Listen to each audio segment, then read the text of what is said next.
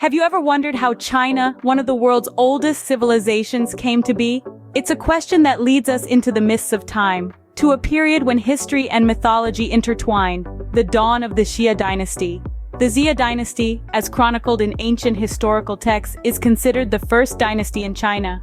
It was an era when the foundations of a civilization were being laid, and the Chinese culture as we know it today began to take root. Imagine a time over 4,000 years ago, when the concept of a central government was just taking shape. The Xia dynasty, under the leadership of the legendary Yu the Great, was pioneering this idea. Yu was renowned for his work in controlling floods, an effort that not only saved countless lives but also facilitated the growth of agriculture. His actions were so impactful that he was posthumously revered as a deity, an embodiment of the ideal ruler. Under the Xia dynasty, the Chinese people began to harness the fertile lands of the Yellow River Basin, sowing the seeds of agriculture that would sustain them and future generations. The cultivation of millet, rice, and wheat, the domestication of pigs, dogs, and chickens, these developments transformed the lives of the people, shifting them from nomadic hunters to settled farmers. Alongside agriculture, another significant achievement of the Xia dynasty was the development of writing. Although primitive, these early forms of written communication played a crucial role in recording history, conducting trade, and establishing laws. Trade, too, began to flourish during this time. The Xia people bartered goods not only within their territories but also with neighboring societies. The exchange of jade, silk, and pottery fostered relationships with other cultures and contributed to the economic growth of the dynasty. As the Xia dynasty fell, it paved the way for the Shang dynasty, marking another significant period in China's history. But that's a story for another time. For now, let's marvel at the foundations laid by the Xia dynasty, a time of beginnings, of firsts, a time when China as we know it started to take shape. The Shang dynasty fell, and the Zhou dynasty rose, heralding what many consider to be the golden age of Chinese culture. But what made it so? This era is often referred to as the Golden Age due to the profound development and maturation of Chinese culture and philosophy. The Zhou dynasty, reigning for nearly 800 years, is divided into two significant periods, the Western Zhou and the Eastern Zhou. The Western Zhou period, a time of territorial expansion and centralization, laid the groundwork for the later cultural blossoming. Here, the concept of the mandate of heaven took root, a principle that justified the rule of the king or emperor and remains a fundamental tenet of Chinese political philosophy. Then came the Eastern Zhou, a period characterized by cultural growth and philosophical diversity. This era was a crucible for intellectual thought, leading to the rise of China's 100 schools of thought, including Confucianism and Taoism. The teachings of Confucius, a philosopher and educator, have deeply influenced Chinese, Korean, Japanese, and Vietnamese thought and life. His philosophy emphasized personal and governmental morality, correctness of social relationships, justice, and sincerity. Parallel to Confucianism, the mystical and philosophical teachings of Laozi emerged. Laozi, often known as the founder of Taoism, proposed a worldview that emphasized living in harmony with the Tao, an essential and profound principle that forms the basis of the universe and all its phenomena. These philosophical developments weren't mere intellectual exercises. They shaped the ethical, moral, and societal frameworks of Chinese culture and had a lasting impact on the Chinese way of life. They became the pillars of a civilization, inspiring art, literature, politics, and social conduct. The fall of the Zhou dynasty led to a period of disunity and conflict known as the Warring States period, setting the stage for the rise of a unified China. Thus, the Golden Age concluded, making way for a new phase of Chinese history, filled with turmoil, transformation, and the eventual unification of a great nation. Imagine a nation fragmented into small warring states, suddenly unified under one ruler.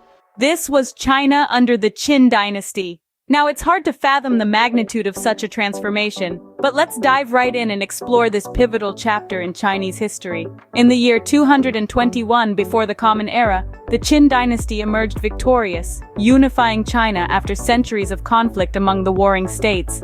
The man at the helm of this monumental shift was Qin Shi Huang, China's first emperor. He introduced a series of reforms that standardized weights, measures, and even the written language, shaping China into a cohesive, centralized state. But the Qin dynasty, as groundbreaking as it was was merely the prologue to another remarkable era, the Han Dynasty.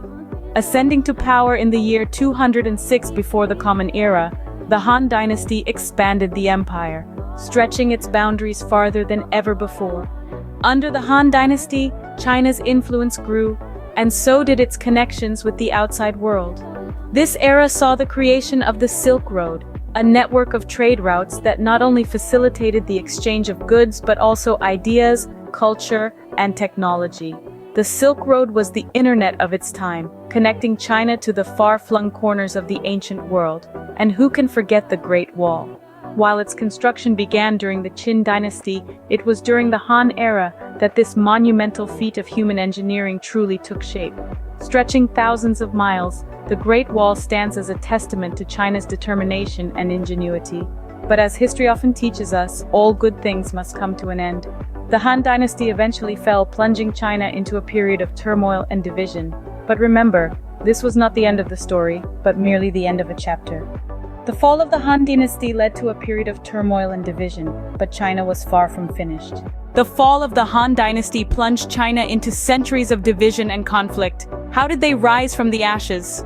The period following the fall of the Han Dynasty was one of tumultuous upheaval, with China splintering into the Three Kingdoms, then the Jin dynasty, and the southern and northern dynasties.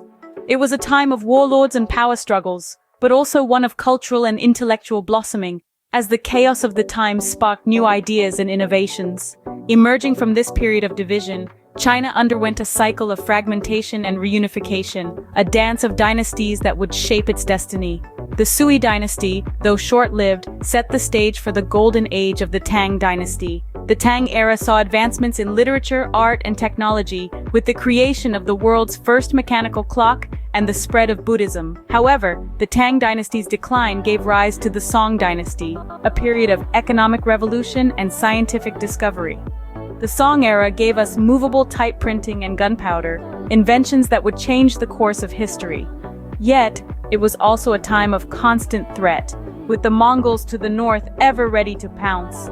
The Yuan dynasty, founded by Kublai Khan, brought China under Mongol rule, a time of cultural exchange but also of heavy taxation and repression.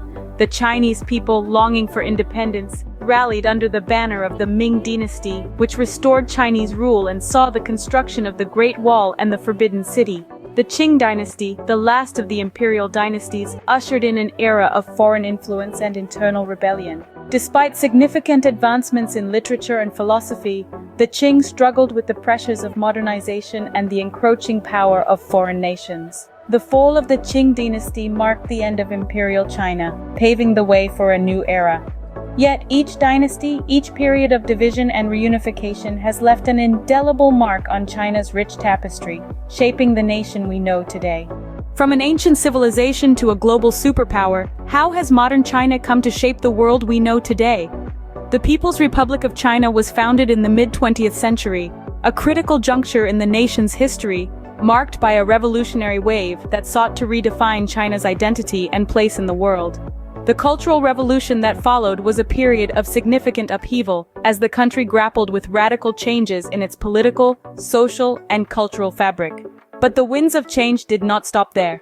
In the late 20th century, China embarked on a series of economic reforms, transforming its centrally planned economy into a market-oriented one. This shift propelled the country into a period of rapid development, with China's economic growth rates becoming the envy of nations worldwide. The dragon had awakened, and it was ready to make its mark on the world stage. Today, China is a force to be reckoned with in the global economy. Its manufacturing prowess, technological advancements, and massive consumer market have made it an indispensable player in global trade.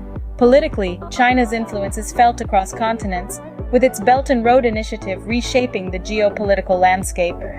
But China's impact is not confined to the realms of economy and politics. Its rich culture, from the delicate artistry of Chinese calligraphy to the vibrant spectacle of its Spring Festival, continues to captivate and influence global audiences. In the span of a few decades, China has transformed from a nation in flux to a global superpower, demonstrating an extraordinary capacity for change and adaptation. Its journey is a testament to the resilience and ingenuity of its people. From the Xia dynasty to the present day, the story of China is a testament to the resilience and ingenuity of its people. But as we look to the future, one question remains: what will be the next chapter in China's long and storied history?